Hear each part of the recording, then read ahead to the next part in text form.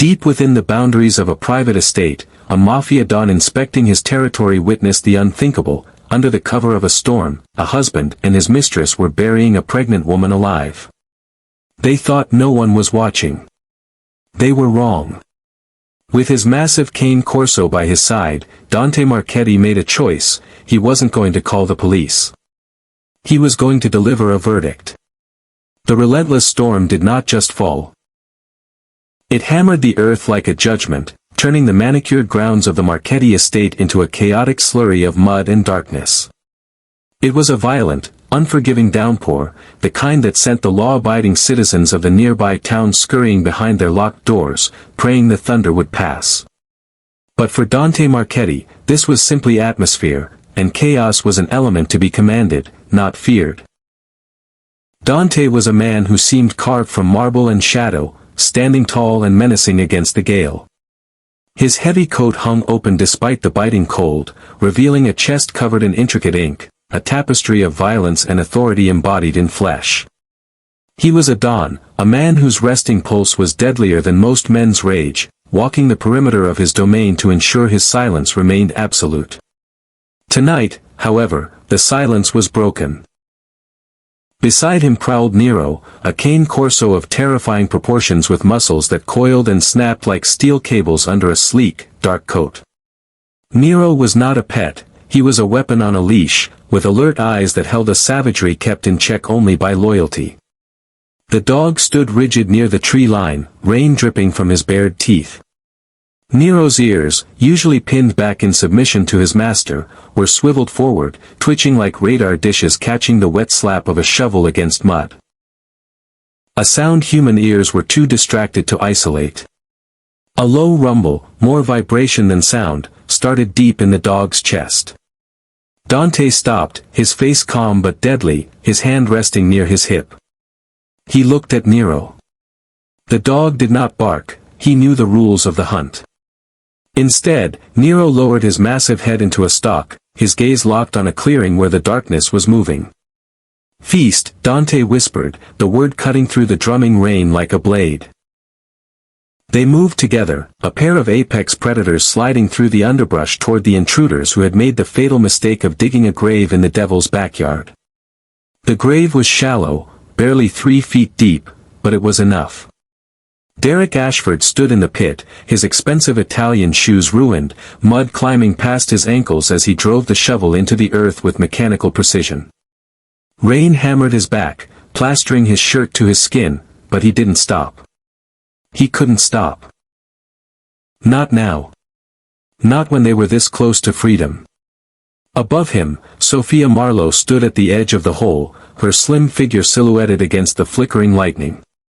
Rain dripped from her dark hair, running down her face like tears she would never shed. She held a second shovel but hadn't used it in minutes. Instead, she watched the woman kneeling in the mud beside the grave, and smiled. "Derek, please." Natasha's voice cracked, barely audible above the storm. She was on her knees, her wrists bound with zip ties, her white nightgown now brown with filth. Blood seeped through the fabric where it stretched across her swollen belly, 7 months pregnant, and she had been dragged from her bed like an animal to slaughter. Her red hair hung in wet ropes across her face, and her eyes, wide, desperate, uncomprehending, never left her husband's face. "Please, I don't understand. Whatever I did, I'm sorry. Just tell me what I did." Derek paused. He looked up at his wife, and for a moment, something flickered across his rugged features. Not guilt. Not hesitation. Annoyance. "You existed, Natasha." He resumed digging. "That's what you did." Sophia laughed, a cold, brittle sound. "God, she's pathetic. Just hit her already so we can finish this." "The fall will knock her out," Derek muttered. "Less mess." Natasha's sob tore through the thunder. She tried to crawl backward, but her bound hands betrayed her, and she collapsed face first into the mud. When she lifted her head, her eyes had changed. The confusion was gone. Now there was only the raw, animal terror of a woman who finally understood she was going to die. "My baby," she whispered, clutching her belly. "Derek, please, not my baby. Kill me if you have to, but not. The baby was never mine anyway, was it?" Derek's voice was ice. "That's what the DNA test will show if anyone ever bothers to dig you up. Which they won't." He tossed the shovel out of the pit and pulled himself up, mud squelching beneath his palms. He stood over his wife, looking down at her the way a man looks at garbage waiting to be collected. "Say goodbye, Natasha." She screamed then, a raw, primal shriek that split the night, but the storm swallowed it whole. 30 yards away, hidden in the dense tree line, Dante Marchetti watched. He had seen enough. Nero vibrated beside him, every muscle coiled, awaiting command. The dog's growl was a constant now, a low frequency that promised violence. Dante's jaw tightened. His hand found Nero's collar. "Not yet," he breathed. "Let him climb out first." The monster wanted to savor this. Derek climbed out of the pit, mud sucking at his shoes, and brushed the filth from his hands with disgust. The grave was ready. 3 feet deep, 6 feet long, more than enough for a woman who would never be found. He turned to Sophia, who handed him the shovel with a smile that promised champagne and first-class tickets once this was finished. "Hold her still," he said. "I want this done." Sophia moved toward Natasha, grabbing a fistful of her matted red hair and yanking her head back. Natasha screamed, a raw, broken sound, but the storm devoured it whole. Derek raised the shovel like an axe. "Goodbye, wife." The shadow came first. Then the thunder that wasn't thunder. 130 pounds of black muscle and bared teeth exploded from the tree line in absolute silence. Nero moved like a guided missile, no bark, no warning, just the blur of a nightmare-given form. He hit Derek's raised arm at full velocity, jaws clamping down with 2,000 pounds of pressure per square inch. The crack was deafening. Derek's scream tore through the storm as bone shattered like dry wood. The shovel flew into darkness. His body slammed backward, and Nero rode him down into the mud, grinding, shaking, reducing the arm to a ruined mess of flesh and splintered bone. "Derek!" Sophia released Natasha and stumbled backward, her face twisted in primal horror. Her legs moved before her mind caught up, 3 desperate steps toward the car. "Run, and I feed you to him next." The voice came from everywhere and nowhere. Low, calm, utterly without mercy. Sophia froze. Dante Marchetti emerged from the shadows like smoke given solid form. Rain slicked his dark hair against his skull. His coat hung open, revealing the tattoos that crawled up his chest like living things. He didn't hurry. Each step was slow, deliberate, the walk of a man who had never once in his life needed to rush.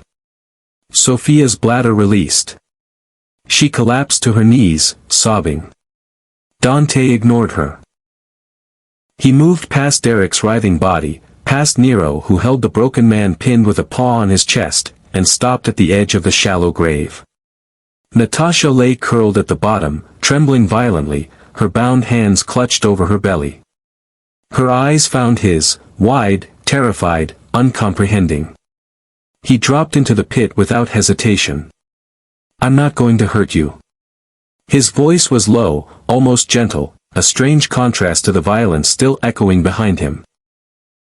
He pulled a knife from his coat, and she flinched, but he only cut the zip ties from her wrists. "Can you stand?" She shook her head, tears streaming down her mud-caked face. Dante slid one arm beneath her knees, the other behind her shoulders, and lifted her as though she weighed nothing. She was ice-cold, shaking uncontrollably, her pregnant belly pressed against his chest. "I have you," he murmured. Then he carried her into the darkness, Nero padding silently behind, leaving the broken lovers bleeding in the rain. Derek lay in the mud, gasping like a dying fish, his shattered arm clutched against his chest. Blood pulsed through his fingers in hot, rhythmic spurts, mixing with the rain until the ground beneath him turned black. The pain was extraordinary, a living thing that consumed every thought, every breath, every instinct except one. Get out. Get out now. Sophia. His voice was a wet croak. The car. Get me to the car. She hadn't moved. She knelt where she had fallen, staring at the tree line where the man and his monster had disappeared. Her mascara ran down her cheeks like war paint. Her hands trembled so violently she couldn't close them into fists. Did you see him? She whispered. Did you see his eyes? There was nothing there, Derek. Nothing human. Sophia. The scream cost him. Fresh agony ripped through his arm, and he nearly blacked out. But it worked. She snapped back, scrambling toward him on hands and knees, her designer dress destroyed beyond recognition. Oh God! She saw the arm, really saw it, and gagged. White bone gleamed through torn meat. Oh God, Derek, we need a hospital. No hospitals. He grabbed her wrist with his good hand, squeezing until she whimpered. Listen to me. That man, whoever he is, he saw our faces.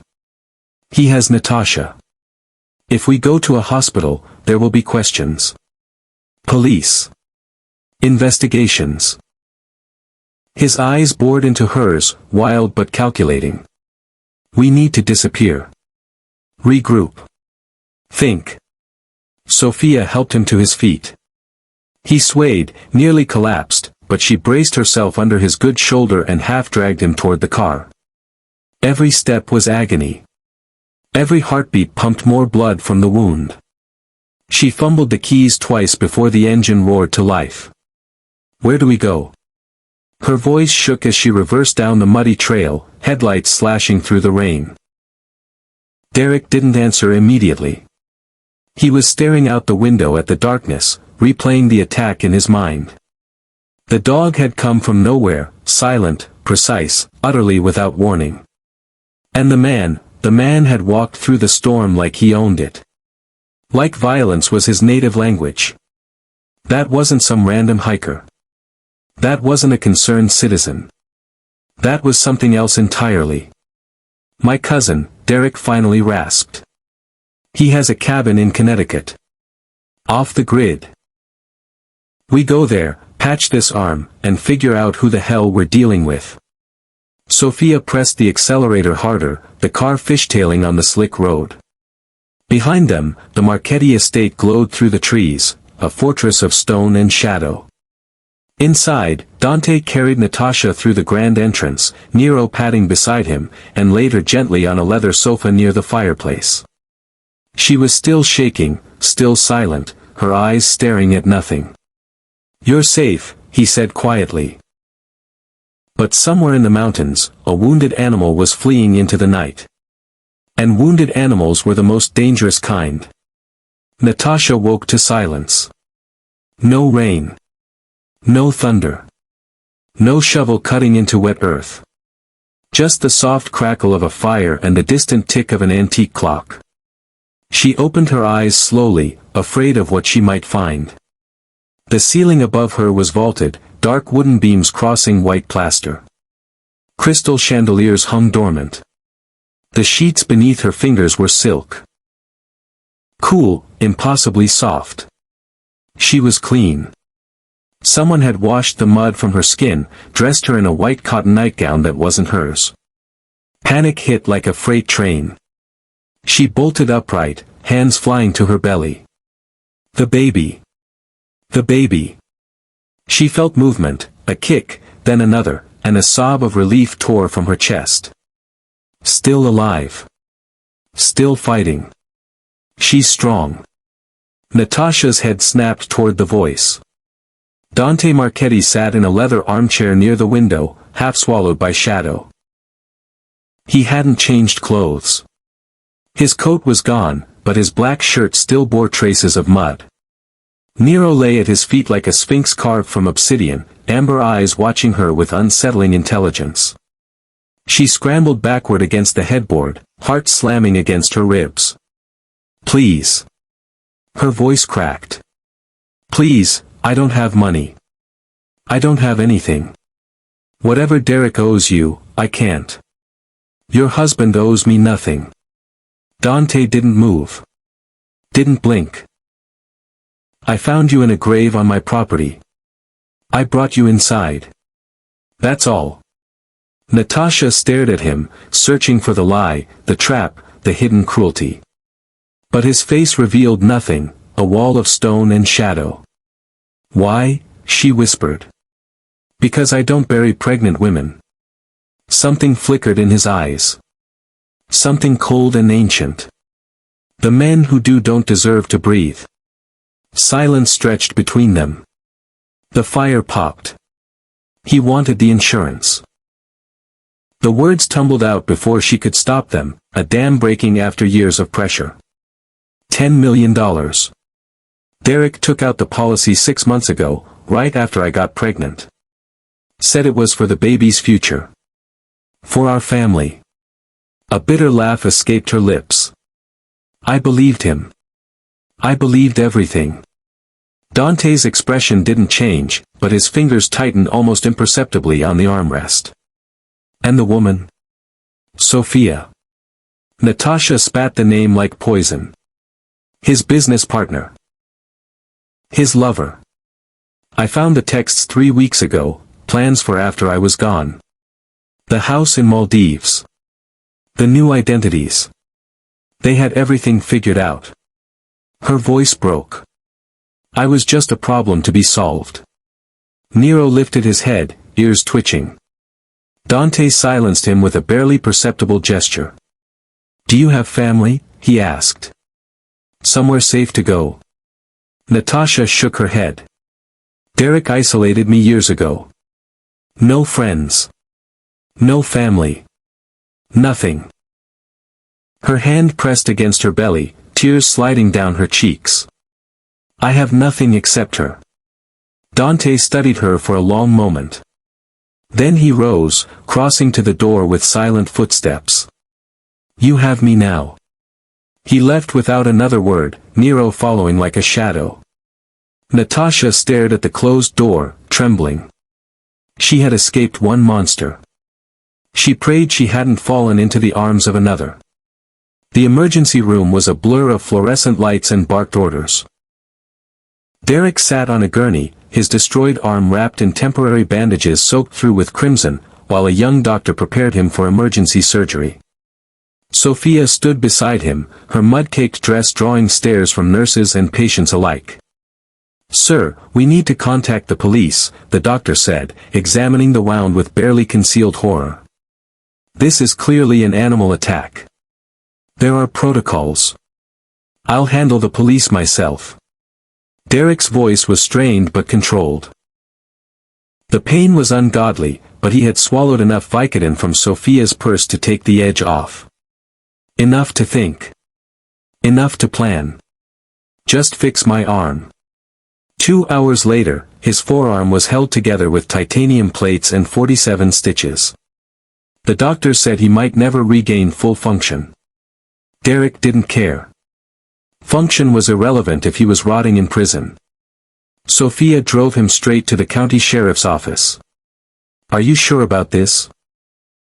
She gripped the steering wheel, knuckles white. If they investigate. They'll investigate exactly what we tell them. Derek adjusted the sling around his neck, wincing. A masked man with tattoos. A massive black dog. A kidnapping in progress. We're the victims here, Sophia. We tried to save Natasha, and that animal nearly killed me. The lie was beautiful in its simplicity. Inside the station, Derek transformed. The cold-blooded killer vanished, replaced by a terrified husband, voice breaking with emotion as he described the nightmare in the woods. His pregnant wife, taken by a violent stranger. The vicious dog that mauled him when he tried to intervene. The remote estate where the madman had dragged her. He had tattoos everywhere, Derek said, tears streaming down his cheeks, genuine tears, squeezed from the reservoir of his agony. On his chest, his neck. Like a cartel member. Please, you have to find her. She's 7 months pregnant. She's all I have. Sophia played her part flawlessly. The traumatized witness. The loyal friend who had accompanied the couple for an evening walk. She trembled. She sobbed. She described the monster in vivid, damning detail. By midnight, a task force was assembled. By 2 a.m., they had identified the property, a sprawling estate owned by one Dante Marchetti, a known associate of organized crime families across the eastern seaboard. By dawn, the estate was surrounded. 12 squad cars formed a perimeter along the private road. SWAT officers took positions in the tree line, rifles trained on the stone mansion. A helicopter thundered overhead, its spotlight cutting through the morning mist. Inside the command vehicle, the sheriff lifted a megaphone. Dante Marchetti. This is the county sheriff's department. We have the property surrounded. Release the hostage and surrender immediately. The words echoed across the mountains, bouncing off ancient trees and cold stone. Inside the estate, Dante stood at the window, watching the circus assemble with absolute calm. Beside him, Nero growled. Behind him, Natasha clutched her belly in terror. The trap had been sprung. But not for the man they expected. The helicopter's spotlight swept across the estate like the eye of an angry god, illuminating the stone walls in harsh white before plunging them back into shadow. Dante stood motionless at the window, watching the chaos unfold with the detached calm of a man who had faced far worse. 12 cars. SWAT positioning in the trees. Local sheriff playing soldier with his megaphone. Amateurs. Mr. Marchetti. His head of security, a thick-necked Albanian named Victor, appeared in the doorway. They're demanding entry. Threatening to breach in 15 minutes. Let them threaten. Dante didn't turn from the window. Get me Castellano. 3 minutes later, his phone buzzed. Leonard Castellano, $600 an hour, former federal prosecutor, the kind of lawyer who made district attorneys weep, was already moving. Dante. Castellano's voice was silk over steel. I'm seeing the situation on the news. Kidnapping charges. Fabricated. The husband tried to bury his pregnant wife alive on my property. I intervened. Now he's spinning stories to cover his tracks. A pause. Then, do you have the woman? She's here. Safe. Terrified. Don't let anyone inside. Not the sheriff, not SWAT, not God himself. I'll have a federal injunction within the hour. They're operating on a complaint from an interested party without a shred of physical evidence. It's a fishing expedition, and I'm about to gut the fish. The call ended. Dante turned to find Natasha standing in the hallway, pale as death, her hands wrapped protectively around her belly. She had heard the megaphone. The helicopter. The shouted demands. They're here for me, she whispered. Derek sent them. Derek sent them for you, Dante agreed. But they won't touch you. You don't understand. Her voice cracked. He's smart. He'll find a way in. He'll. Natasha. Dante crossed to her in 3 strides, his presence overwhelming but strangely steadying. Look at me. She did. Her eyes were wet, wild with panic. Your husband is a coward who preys on those weaker than himself. He has never in his life faced a man who pushes back. Dante's voice was low, absolute. I push back. And I don't stop until the threat is buried. Do you understand? She nodded, trembling. Dante gestured, and Nero rose from his position by the fireplace, padding silently to Natasha's side. The massive dog pressed against her leg, warm, solid, immovable. Nero will stay with you. Anyone who enters this room without my permission will not leave it alive. He held her gaze. You are safe. Your daughter is safe. I give you my word. Outside, the megaphone crackled again. More demands. More threats. Dante walked back to the window, pulled out his phone, and dialed a second number. It's me, he said quietly. I need eyes on Derek Ashford. Current location, known associates, every skeleton in his closet. And I need it within the hour. The hunt was beginning. But Dante Marchetti was no longer the prey. The police retreated at dawn. Castellano had worked his magic, a federal injunction, threats of civil suits for unlawful siege, and a blistering phone call to the state attorney general that left the local sheriff pale and stammering. Without a warrant, without evidence, without anything but the word of a bleeding husband, they had nothing. But Dante knew this was merely an intermission. Derek would regroup. Spin new lies. Find new angles of attack. Unless Dante found the knife first. Victor. He stood in the estate's security room, monitors glowing with feeds from 24 cameras. The grave site. Did our men sweep it? Not yet. Police had it cordoned until an hour ago. Send Nero. 20 minutes later, Dante's Range Rover rolled to a stop at the edge of the clearing. The shallow grave was exactly as they had left it, a wound in the earth, half filled with black rainwater. Crime scene tape fluttered from nearby trees, abandoned. Dante opened the rear door. Nero launched out, nose to the ground, circling the site with methodical precision. The cane Corso worked in silence, tracking scents invisible to human senses, cataloging every footprint, every trace, every secret the storm had failed to wash away. Then he stopped. A low whine escaped his throat. He pawed at a clump of leaves near the tree line, then looked back at Dante, waiting.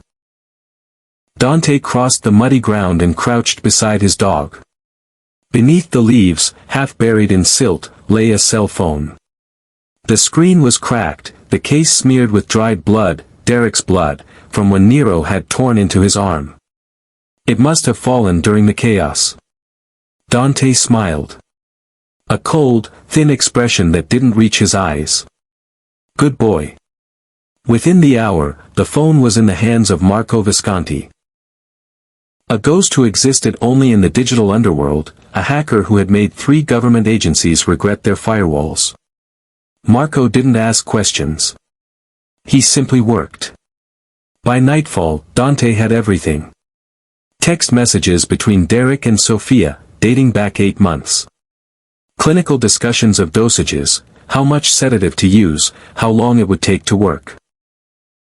Arguments about timing, about alibis, about which cemetery would be least suspicious before they settled on the mountain property they assumed was abandoned.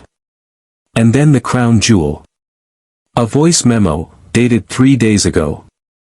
Derek's voice, calm and businesslike, the policy pays out in 90 days. Once she's gone, we wait 6 weeks, file a missing persons report, play the grieving husband. By spring, we're in the Maldives, and Natasha is nothing but a memory. Dante listened to it twice. Then he forwarded everything to Castellano, to 3 major news networks, and to a contact in the FBI who owed him a favor from a lifetime ago. Derek Ashford had built his trap with meticulous care. He had simply failed to realize he was standing inside it. The story broke like wildfire. By noon, every major network was running the audio. Derek Ashford's voice, calm, calculated, unmistakably his, discussing the murder of his pregnant wife like a business transaction. The texts followed. The sedative research. The insurance policy details. The Maldives escape plan. Social media erupted. The hashtag Justice for Natasha trended within hours. Reporters swarmed Derek's office building, his apartment, his favorite restaurants. His face was everywhere, not as a grieving husband, but as the monster he truly was. The sheriff who had surrounded Dante's estate released a terse statement expressing deep concern over new evidence and announcing a full investigation. Translation. They were running for cover. But Derek wasn't waiting for handcuffs. He had seen the news from his cousin's cabin in Connecticut, watching his carefully constructed life disintegrate in real time. Sophia sat beside him, chain-smoking, mascara smeared from crying. "We need to go," she said, her voice brittle. "Now. Before they freeze the accounts." Derek was already moving. He had $2.3 million in an offshore account in the Caymans, enough to disappear, enough to start over. He made 3 phone calls, a private charter service, a contact in Mexico who could provide documents, and his banker in Georgetown. By midnight, they were speeding toward a private airfield outside Hartford. The Cessna was fueled and waiting on the tarmac, its pilot already in the cockpit running pre-flight checks. Derek's arm throbbed beneath its sling, but adrenaline dulled the pain. They were going to make it. They were going to vanish, and Natasha and her bastard child could rot for all he cared. Sophia climbed the stairs first. She stopped dead in the cabin doorway.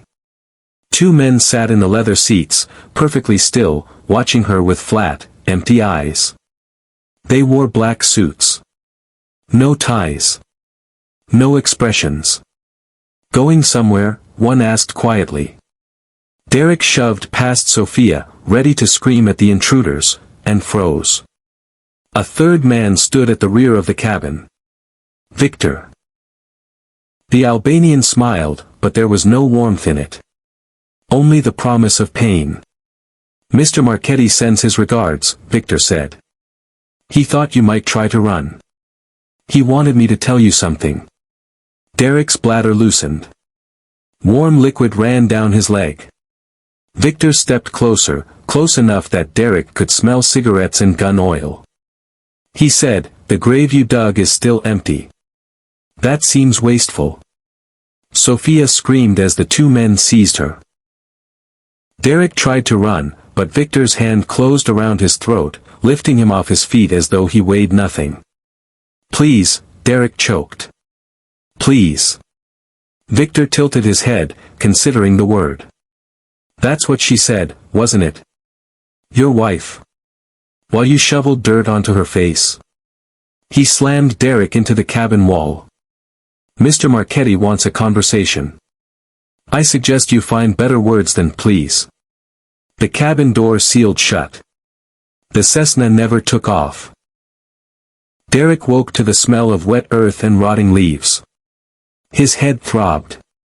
His shattered arm screamed with fresh agony. He tried to move, but his wrists were bound behind his back with zip ties, the same kind he had used on Natasha. Poetic. Deliberate. He was kneeling in mud. His eyes adjusted to the darkness, and his stomach dropped into his feet. The grave. The same shallow pit he had dug 3 nights ago. The same trees. The same clearing. Except now he was the one staring into the hole. Beside him, Sophia knelt in the muck, mascara streaked down her face, a strip of duct tape sealing her mouth. Her eyes were wild, darting, searching for escape that didn't exist. "Ah. You're awake." The voice came from the shadows. Dante Marchetti stepped into the moonlight, his dark coat billowing slightly in the cold mountain wind. Nero padded beside him, amber eyes gleaming, dried blood still visible on his muzzle. Behind them, flanked by 2 of Dante's men, stood Natasha. She was clean. Rested. Wrapped in a warm coat, one hand resting on her belly. She was alive. Derek's mind scrambled for leverage, lies, pleas, bargains. "Listen to me," he croaked. "I have money. Offshore accounts. 2 million, maybe more. It's yours. All of it. Just let us go, and you'll never see us again." Dante said nothing. He simply stared, his face unreadable. "Please." Derek's voice cracked. Tears streamed down his cheeks, real this time. I made a mistake. People make mistakes. You can't do this. You can't. I can't. Dante crouched before him, close enough that Derek could see the darkness swimming in his eyes. You dug this grave for a pregnant woman. Your wife. The mother of your child. You were going to bury her alive and fly to the Maldives with your whore. He tilted his head. And you speak to me of what I can't do? Derek sobbed. Dante rose and turned to Natasha. His voice softened. Do you want to say something to him? Natasha stepped forward slowly. She looked down at the man she had married, the man she had loved, the man who had drugged her and dragged her into the woods to die. Her face was calm. Empty. Finished. I hope you remember this moment, she said quietly. Every night. For the rest of your life. I hope you see my face in every shadow. I hope you feel the dirt on your skin. I hope it never stops. She turned and walked away without looking back. Dante watched her go. Then he returned his gaze to Derek. The FBI will be here in 20 minutes. You'll be arrested. Tried. Convicted. The evidence is comprehensive. He smiled, thin, cold, final. But I wanted you to see the grave first. To understand how close you came to filling it. He leaned down, his lips brushing Derek's ear. Pray the legal system keeps you. Because if you ever escape, I'll finish what you started. Sirens wailed in the distance. Dante vanished into the darkness, Nero at his heels. Derek screamed into the void, but the mountain swallowed his voice. The debt was paid. Subscribe now and hit that notification bell so you never miss another incredible story. Subscribe and leave your comment below.